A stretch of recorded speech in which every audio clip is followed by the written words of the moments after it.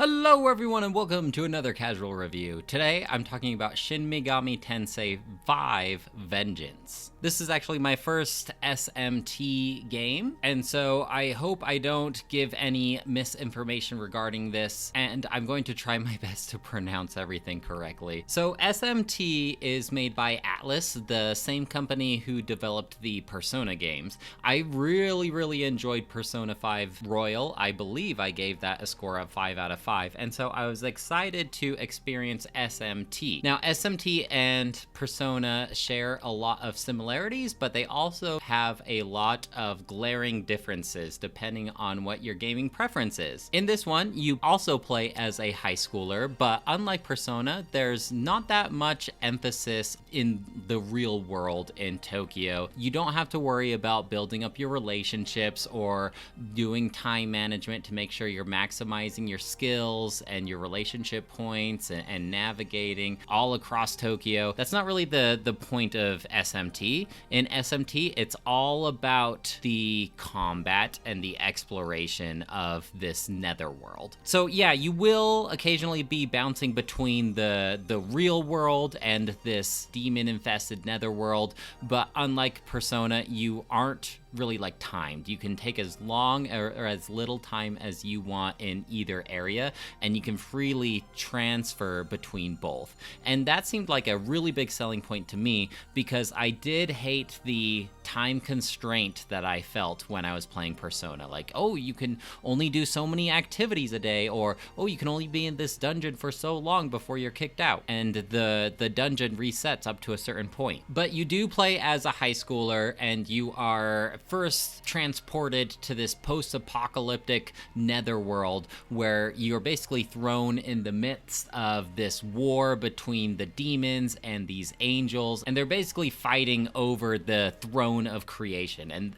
from what I understand, this throne of creation allows this person to essentially become a god and reset the world to their own liking. So you end up fusing with a demon called Aogami, and then you become this godlike Nahabino, which is like a fusion between a human and a demon. So story-wise, it actually kind of reminded me of the Darksider series, where you're for the most part you are siding with the angels, but also like the angels aren't necessarily just the good guys, and the demons aren't necessarily just the bad guys. In fact, you are going to be allying with these demons, and they become like your monsters that you use for combat. Kind of similar to something like Pokemon, but a lot more in depth, because you're going to be doing a lot more skill and stat management with these demons, and you probably don't want to get too attached to these demons, because they can only learn abilities up to a certain point,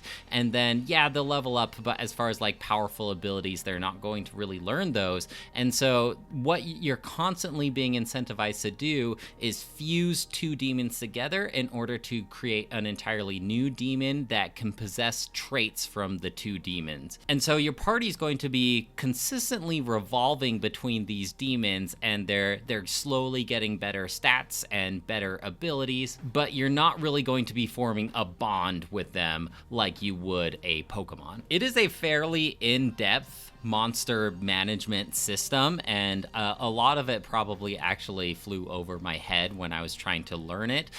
You may notice that there are a lot of similarities between this demon fusing system and the Personas, and you would be correct in that observation. In fact, a lot of these demons and Personas are actually the same model, same name, same everything. We're just calling them either a demon or a Persona. And so it actually was pretty fun for me, having played Persona 5 Royale, to recognize a lot of my favorite Personas. Like, oh yeah, it's that one. I use that one all the time, and oh yeah, that one was really strong in my Persona playthrough. And then I just get rid of it like 10 minutes later when I fuse it with a different demon. So that's how you fuse demons to get new demons. You can also recruit demons that you are combating, and it's not like Pokemon where you throw a Pokeball. You talk to them, and you have to fulfill certain requirements. Like sometimes, I think it's kind of funny how these these demons just talk like regular humans. They use a lot of slang and call me things like bro. And some demons, this is all going to cycle depending on like what the moon cycle is in the game, but some demons you just are a jerk to, and that will make them join your party. Other ones you want to be like super nice to in order to get them to join your party. It's a very in-depth system, and so there's not really like an easy way to look up the proper responses to give to demons.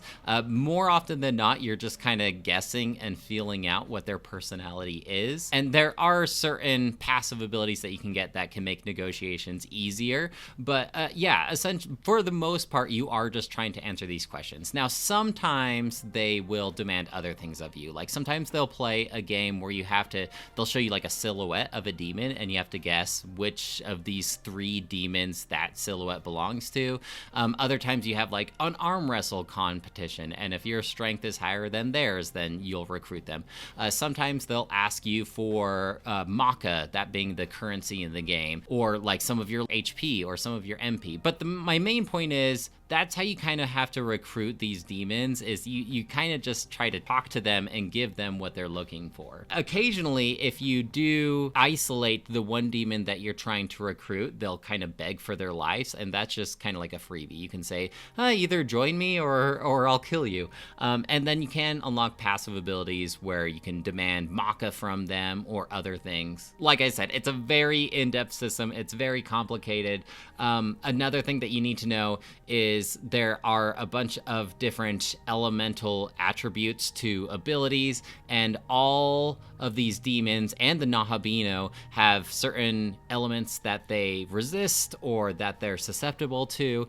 And during combat, if you hit a demon's weak point using an element that they're susceptible to, that gains you an extra turn. And so it suddenly becomes really crucial for you to know what the weaknesses is, because you can get a lot of additional turns if you do that. Now, the enemy can do that to you too, so you'll want to try and cover up your bases. If you know that you're going to be approaching a big thunder boss, you probably want to change your weaknesses so that you are more resistant to electricity. Now, at this point, I do want to say I played Shin Megami Tensei V Vengeance, and that is different than 5 in that there are 2 different like alternative paths, alternate timelines as far as I understand.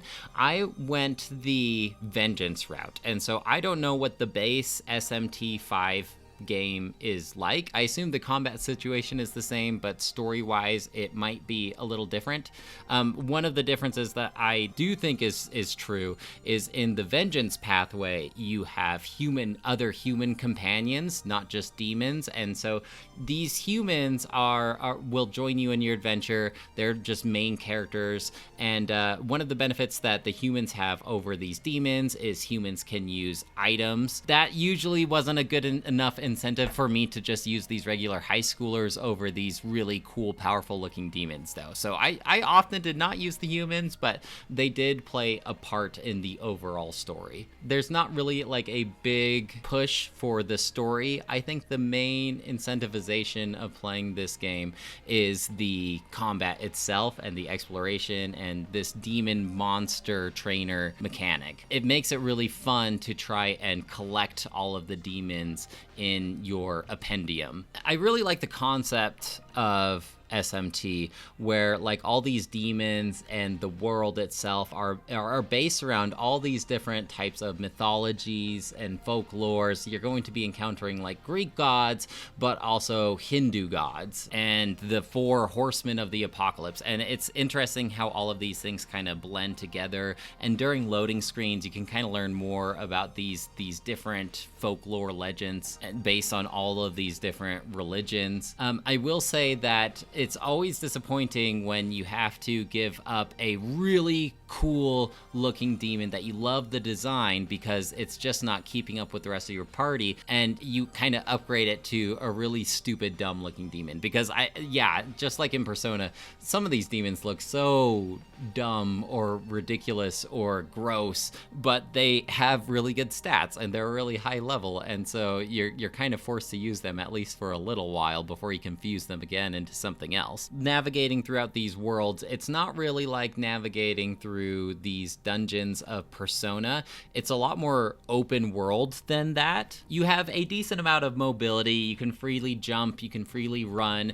They have these red portal looking things, and you can like grind these rails in order to get to other hidden areas. And there's a lot of things hidden in all these nooks and crannies. There are these little red devil looking things called Me-Man, and if you collect a certain amount, then you will unlock different rewards. There are these yellow glowing capsules that you can destroy for certain items. You want to collect a bunch of demon essences because you can use these essences to change the Nahabino's stats and elements that they're resistant to. There are demons just all over the place, and it's not random encounters. You can actually go see them, and if you hit them, then you usually activate a combat scenario where you get to go first. Aesthetic wise, it usually looks like post-apocalyptic, you know, lots of like broken buildings and skyscrapers everywhere. You might encounter like a mystical foresty area, but there's not a ton of environmental diversity.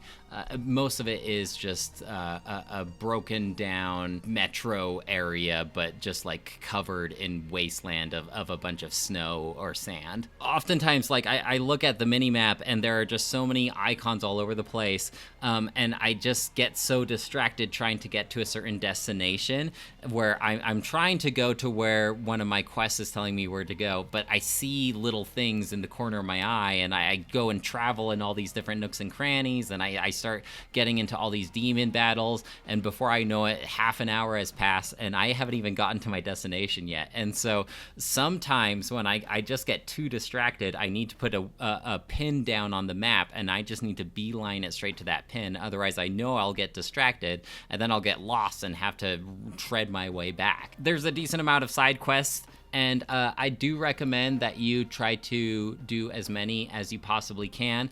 I felt like this game was very, very challenging, at least on normal mode. I felt like this game was really difficult. If you're the type of person that complains about Pokemon being too easy, this is kind of like your Pokemon, but for real RPG fan, I don't know, real pro gamers. There's a lot of thought that you need to implement in order to navigate through combat by hitting enemy weaknesses, worrying about stats and debuffs. I started the game in normal mode, and I played maybe 10 hours of it, and I felt like I was doing everything I was supposed to be doing. Like, I was targeting enemies' weaknesses, I was upgrading, buffing up my characters with stat buffs, I was making sure that my characters were at least at the recommended level, and even then, I felt like boss battles would take a good 10-20 minutes. Like, these bosses were just health sponges that would just soak up any kind of damage I would do to them. And then I look online, and everyone's just complaining about this game's too easy. So I don't know if it's something wrong with me. Maybe I'm just too used to Pokemon, but I did have to bump the difficulty of this game down to casual. And even then, by the end of the game, I felt like I did the majority of the side quests. I grinded a ton. I destroyed a ton of demons. And even then, I felt like a lot of these bosses just took forever to take down, even though I was the recommended level. And so it must be something wrong on my end. Maybe I'm not entirely understanding how to do the combat in this game.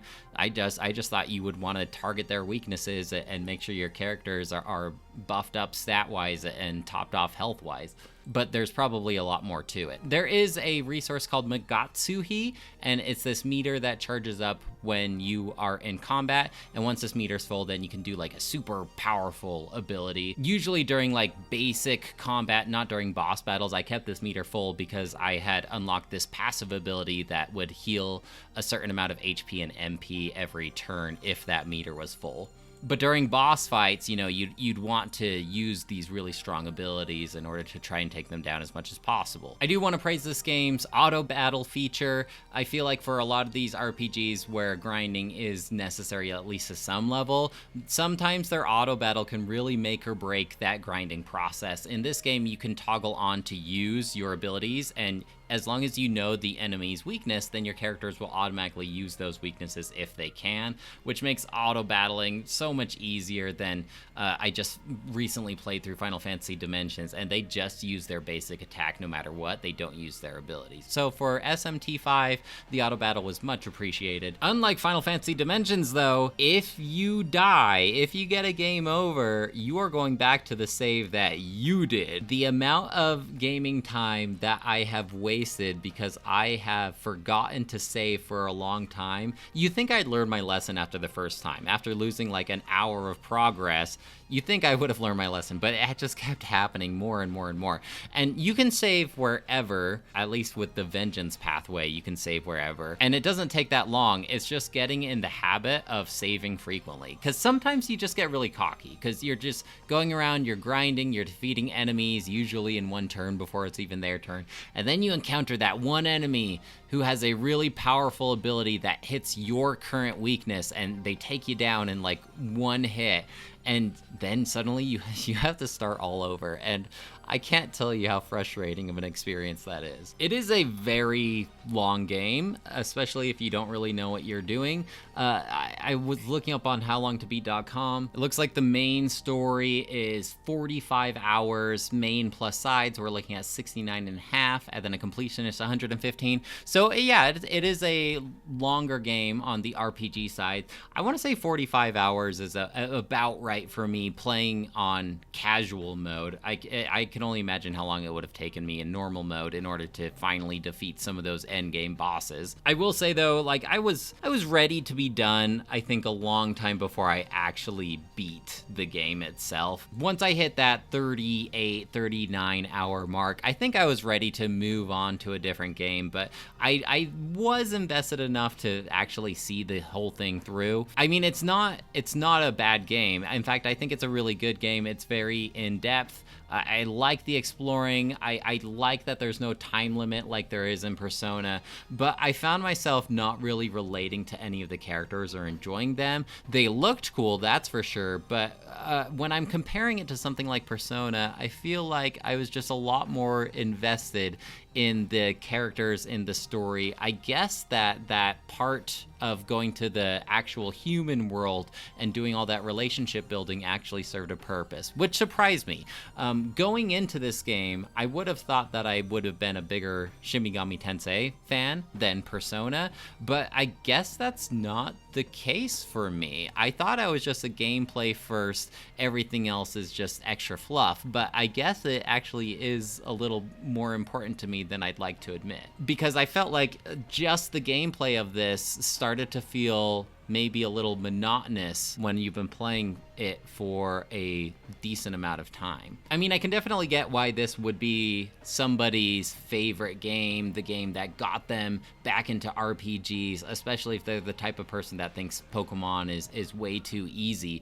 I mean, this game is challenging, and you definitely need to think strategy during the combat. I guess what I'm trying to say is I respect it a whole lot more than I actually enjoyed playing it. And so that's why I'm going to give this game a 3 out of 5. Maybe someday I'll play the base SMT5 route just to see what the differences are. I don't see myself doing that for a while though. I guess what I'm trying to say is I think I'm just too dumb for this game. I'm more on the Pokemon side of difficulty when it comes to my turn-based RPGs. Well folks, that's it for me. Let me know if you have any questions or comments about Shin Megami Tensei V Vengeance, and I'd love to hear what you have to say.